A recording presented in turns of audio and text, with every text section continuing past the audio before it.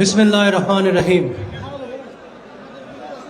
প্রিয় চকরিয়া পেকুয়াবাসী, সম্মানিত সভাপতি, আমার শ্রদ্ধেয় মাতা পিতা, উপস্থিত সকল নেতৃবৃন্দ, সম্মানিত সংবাদ মাধ্যমের কর্মী ভাই বোনেরা, আমার মা বোনেরা এবং এলাকার সকল মুরব্বী, আসসালামু আলাইকুম। আশা করি আপনারা সবাই ভালো আছেন।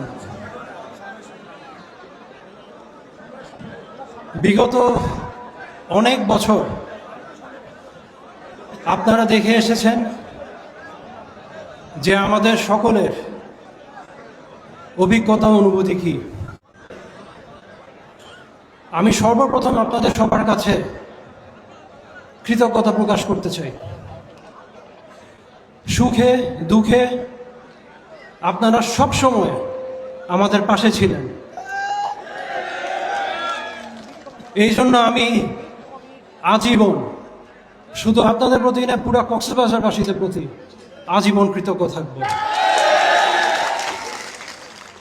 আসন্ন জাতীয় নির্বাচনে দয়া করে আপনাদের মূল্যবান ভোটটা ধানের শীষের পক্ষে দিয়েন। আমি এটা শুধু এই কারণে বলছি না যে প্রার্থী আমার বাবা, আমি এই কারণে বলছি কারণ একজন তরুণ প্রভাষক হিসাবে বা একজন সহকারী অধ্যাপক হিসাবে আমি চাই বাংলাদেশ এগিয়ে যাক। শুধু কক্সবাজারই নয়, সমগ্র বাংলাদেশ। এবং তার জন্য দুঃখ, দূরদর্শিতা। আশা করি গত কয়েকবার আপনারা যেভাবে আপনাদের আস্থা তার উপর রেখেছেন, এবারও রাখবেন। উনি আপনাদেরকে বিভিন্ন পর্যায়ে বিভিন্ন প্রতিশ্রুতি অলরেডি দিয়ে এসেছে।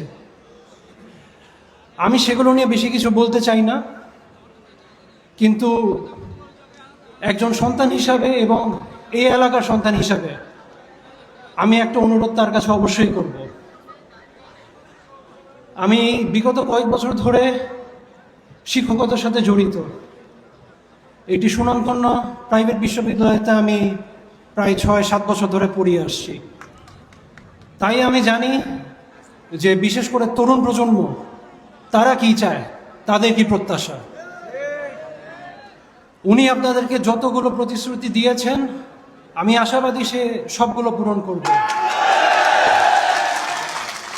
এটা ছাড়াও কারিগরি প্রশিক্ষণ, প্রযুক্তি নির্ভর কিছু প্রতিষ্ঠান এবং খেলাধুলার উপর বিশেষ নজর যাতে উনি দেয়, সেই অনুরোধ আমি তাকে করবো তরুণ প্রজন্মের প্রতিনিধি হিসাবে। আজ পর্যন্ত আমি ক্রিকেট নিয়ে অবশ্য খুব আগ্রহ। ফুটবল প্রেমীরা আমাকে মাফ করে দিয়েন, কিন্তু যেহেতু আমি ক্রিকেট নিয়ে পরোক্ষ বা প্রত্যক্ষভাবে জড়িত, আজ পর্যন্ত জাতীয় দলে শুধু আমার জানা মতে কক্সবাজার থেকে একজন খেলোয়াড় গিয়েছে, জনাব মুমিনুল হক। আমি চাই আগামীতে যেন আরও অনেক মুমিনুল হক এই কক্সবাজার এই মাটি থেকে তৈরি হোক। সেই ব্যবস্থাটা করার তৌফিক আপনারা আমাদেরকে করে দেন এবং আপনাদের সকল সমস্যার সমাধান করারও আমাদেরকে তৌফিক দান করেন। আসসালামু আলাইকুম ওয়া রাহমাতুল্লাহি ওয়া বারাকাতুহু।